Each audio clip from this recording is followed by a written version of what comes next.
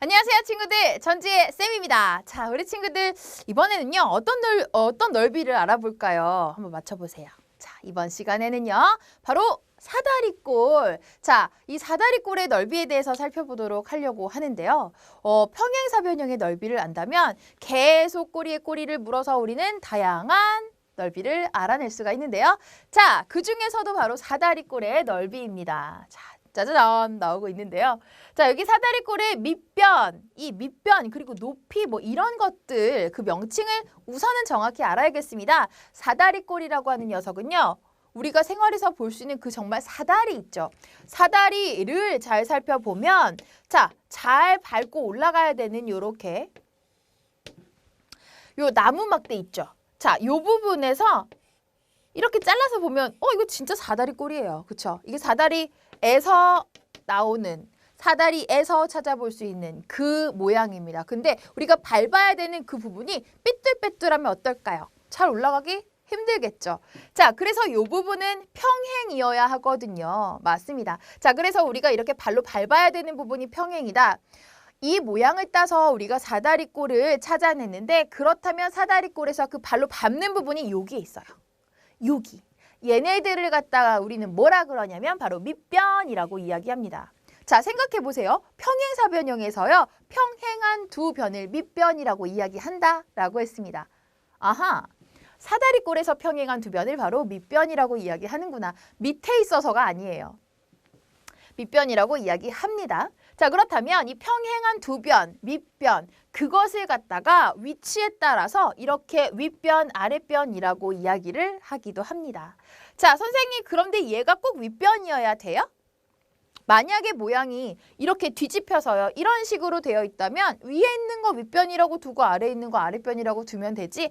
이렇게 친구들이 이제 자꾸만 요 모양만 보게 되니까 윗변이 짧은 줄 알아요. 아랫변이 긴 줄 알고요. 그건 아니에요. 상관없어요. 그냥 위치에 따라서 이름을 정해준 것뿐이고 어쨌든 두 아이는요. 밑변이다. 그리고 평행하다라고 하는 게 포인트입니다.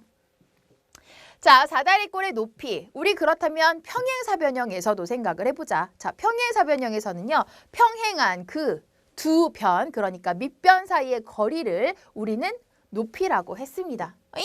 얘도 그러네요. 두 밑변 사이의 거리를 바로 높이라고 이야기하는 겁니다. 그러니까 윗변, 아랫변 그 사이의 거리를 높이라고 이야기하는 거죠.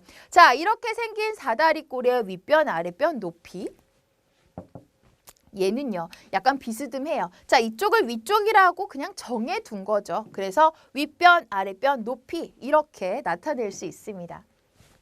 자, 사다리꼴에서 밑변, 그것을 위치에 따라 윗변, 아랫변으로 나타낼 수 있고 그리고 이 밑변 사이의 거리를 우리는 높이라고 이야기할 수 있다라고 하는 걸 알았다면 그러면 사다리꼴의 넓이에 대해서 우리 정확하게 만나보도록 할 텐데요. 선생님이 재미있는 그림으로 준비를 했습니다. 자, 보니까요. 사다리꼴이 나와 있어요. 요 예쁘게 생긴 사다리꼴의 윗변과 아랫변 잘 보이시나요? 자, 요거 잘 기억해 두시고요. 얘랑 똑같은 아이를 하나만 더 추가할게요. 그래서요.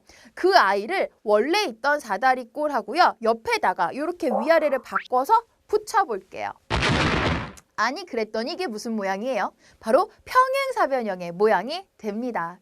자, 이 평행사변형 이것의 넓이의 반이 바로 그러면 사다리꼴의 넓이구나라고 하는 걸 우리는 알 수가 있을 텐데요. 자, 이 평행사변형과 또 사다리꼴과의 각각의 명칭을 선생님이 아까 사다리꼴의 명칭, 그 위치 살펴보면서 연관을 시켜봤었거든요. 맞습니다. 그래서 사다리꼴의 높이랑 평행사변형의 높이랑 같다라고 생각을 해보고 그 다음에 사다리꼴의 윗변하고 아랫변을 더하면 그러니까 두 개를 갖다 이렇게 이어서 붙였잖아요. 그래서 두 개를 이어서 붙인 그 평행사변형의 밑변에 해당되는 부분이 윗변하고 아랫변을 더해준 거예요. 그쵸? 자, 그렇게 생각을 해보면 평행사변형의 넓이가 어떻게 나타낼 수 있어요? 밑변 곱하기 높이로 나타낼 수 있는 거니까 윗변 더하기 아랫변 곱하기 높이로 나타낼 수 있다라는 겁니다. 근데 우리가 평행사변형의 넓이를 구하고 싶은 게 아니잖아? 사다리꼴의 넓이를 구하고 싶다라는 겁니다. 자, 사다리꼴의 넓이를 그래서 구하고 싶은데 평행사변형의 넓이의 반이다라고 생각을 한다면 다시 생각해보죠. 자, 윗변, 아랫변 더해준 것, 그것이 바로 평행사변형의 밑변이고 곱하기 높이를 해준다.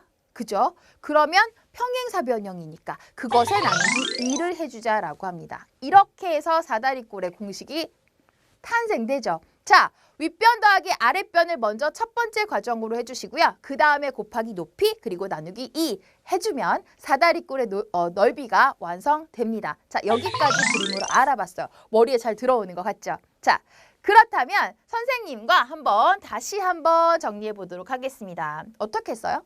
사다리꼴을 갖다가 이렇게 윗변, 아랫변을 바꿔서 이렇게 돌려가지고 딱 붙였어요. 그랬더니 병행사변형이 나왔죠.